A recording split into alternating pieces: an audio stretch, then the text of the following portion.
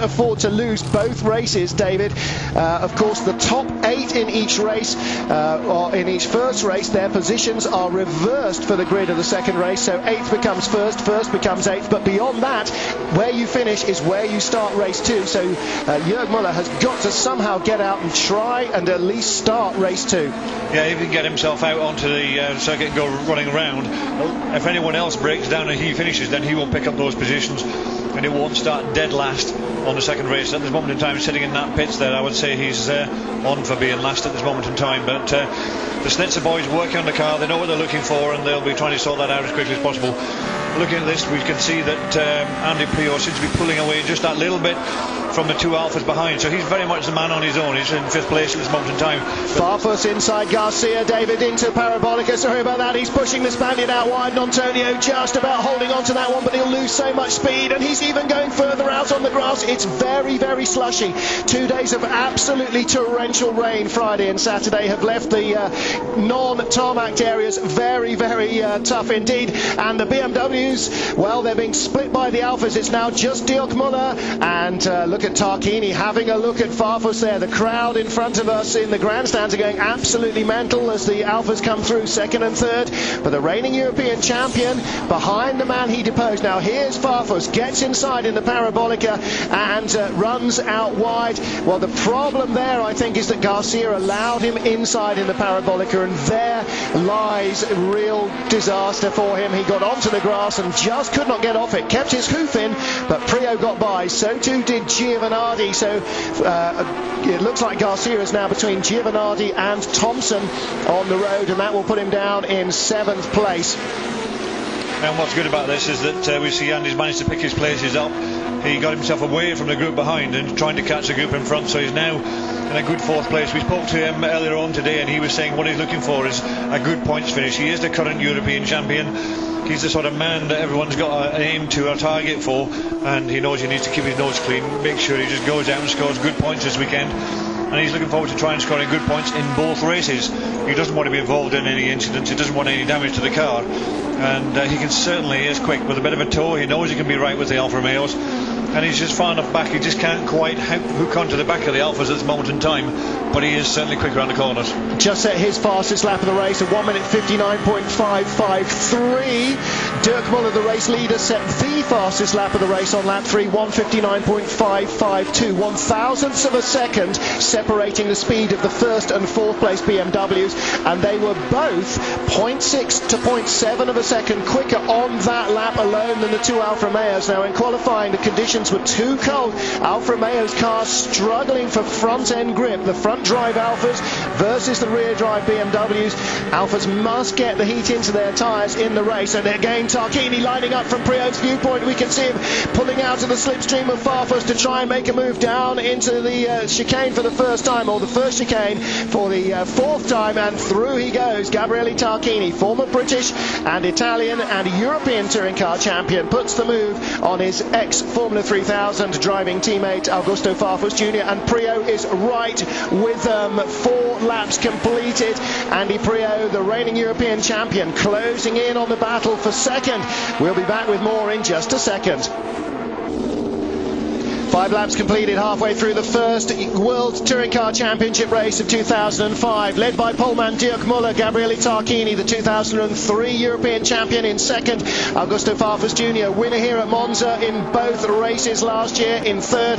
And Andy Priaulx, the reigning European Touring Car champion, closing in 4th place. But the BMW driver in the BMW UK car, BMW Great Britain renamed BMW UK on the 1st of April this year, after many, many years as trading and racing as BMW GB Limited.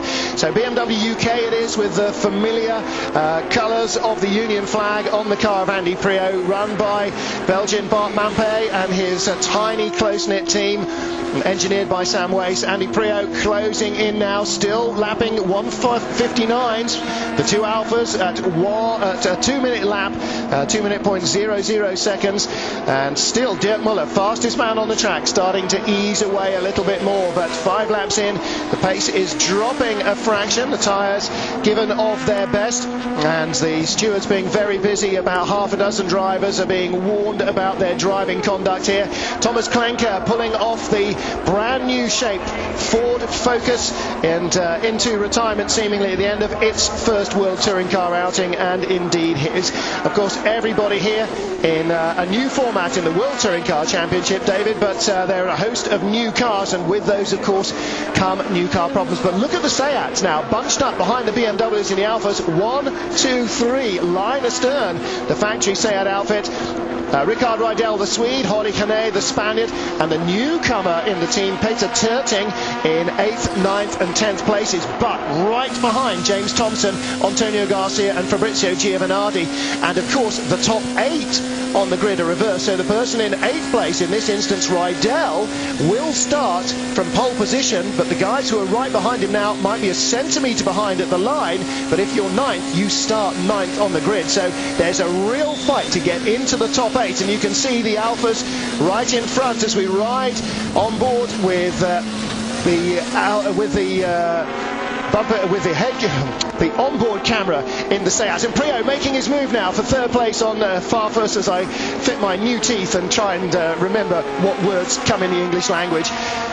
Well, he's got the run through on the inside of Curva Grande, but Farfus holding the inside line there into the chicane at the Roggia, and it's dry enough now, David, that they can hold on there and hold that inside line. It's so wet yesterday, but today very different conditions, and Alfa Romeo back to their best. Yeah, very much so. Yesterday when it was damp and the qualifying, it was actually a dry or nearly dry circuit. There was quite a lot of the bits of the circuit which still had little damp patches on it, and made life very difficult for a lot of the people for qualifying. And as we said earlier, Alfa Romeo were very disappointed they weren't on the front row. They were expecting very much to be there, as everyone else expected them to be there, but I think the cold conditions rather caught them by surprise, and they weren't actually on the front row. But they're right up there now. They're 2nd and 3rd place, but Andy Prio, who didn't have as good a qualifying as he'd hoped, because he didn't have a toe during qualifying. With these big long straights, if you have a good toe with somebody behind, you can gain up to a second a lap.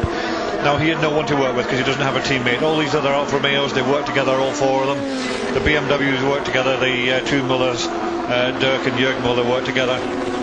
They had a bit of a problem towards the end of the session when one of the Seat cars managed to get in their way and did their best to hold them back, or that's what they told us at the press conference afterwards. So making a big difference if he can actually get that toe.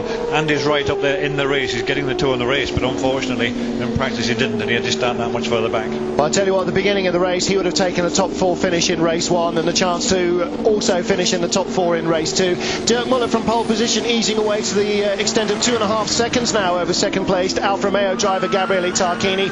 This is Prio's viewpoint of Tarquini and Farfus. There is Rydell still hard at it, hammer and tongs with Hane, and they are right in the long train held up by Antonio Garcia. Garcia in 5th place now, 7.3 seconds behind the leader and 4 seconds behind Andy Prio. Garcia in his BMW, then Giovanardi, then Thompson, then Rydell, Hane, Terting and Zanardi on their tail as well. So from 5th down to 11th is the following pack really. The leader is on his own. This is the chasing trio with Prio on the tail of Farfus at the moment, and looking as though he's ready to make a move on the Brazilian. Not between the 2 Lesmos. It's very enticing, but there's just not enough distance out of Lesmo 2 on the long run down to the Ascari chicane. That presents more of an overtaking opportunity, but it seems the Alphas are pretty good on the brakes now. The temperatures have started to come up in the track and therefore in their tyres, so Prio will have to play it a little bit craftily here. The European champion. Well, there is Alain Menu, who's Chevy Lachetti you're looking at for the first time as a racing car. And Menu, former British Touring Car champion, been racing in a DTM the last 2 seasons with the splitter dragging on the ground. That car was heavily crashed in the closing stages of qualifying. Indeed, it caused a red flag that ended the qualifying session. Right behind him, Alex Zanardi, and right behind Zanardi is one of the new Hondas. That's Di Michele, the Italian production saloon car champion. champion, Matteo Di Michele, and he is he had a crash during practice as well. Adriano Di Michele. Here's Alan Menu's onboard camera. We can look up at him. You can see the sequential gear shift, not a normal stick shift H pattern. Just pull back to change up the gears, push forward, and that little bicycle brake lever, that's to engage reverse. Andy Priaulx again looking at Farfus down into the first chicane, and the Brazilian, David, all over the road, middle of the road, defending heavily, way off the normal racing line, really feeling the pressure. Without doubt, Andy's crawling all over the back of him. He's trying his best to get through. He's only got this lap to do it, and we're now on the last lap of the race already. And you know, Andy's trying every which way. He's trying to look to the right, look to the left, and he's just making Farfus as nervous as possible inside that car. And if he can just get him to be a little bit more nervous, just make one little mistake somewhere on the back of this circuit, then he will just nip through and take that place, and he'll have a third instead of a fourth. But as we said at the beginning, you know, Andy would have taken a fourth any time. Priaulx, the only man lapping under 2 minutes around this track. 1 minute 59.96, just a whisker quicker than 2 minutes, but even Dirk Muller has settled down into a 2 minute 00 second lap. Same as Tarquini, same as Farfus, and Priaulx still trying to find a way past. Last lap, dramatics, I think he will avoid.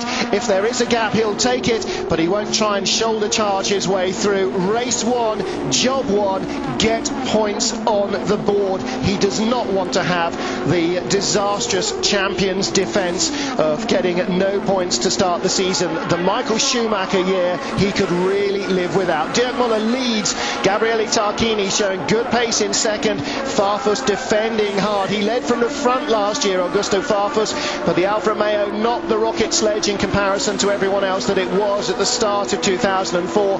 The BMWs have got the power pegs that they need, and as they come to the checkered flag, it'll be the pole sitter who leads, having never been challenged to the flag. Dirk Muller wins it, Tarquini in second, Farfus in third, Priaulx up to fourth place, that'll please him. Garcia fifth from second on the grid will be disappointed. Giovanardi and Thompson in their Alphas sixth and seventh. Rydell eighth place will be on pole for race two. Hane, his teammate, ninth. Zanardi 10th. Terting 11th. Colciago's independent Honda in 12th place, and Mark Henrici from Germany in 13th position. A good run from him in a privately run BMW. But Dirk Muller with Dr. Mario Tyson on the right hand side there in the Schnitzer garage, celebrating another win. He won 3 races last year and lost the championship on the tiebreak to Andy Priaulx, who tied him on points in the very last race of 20, but had won 5 of the counters during the season.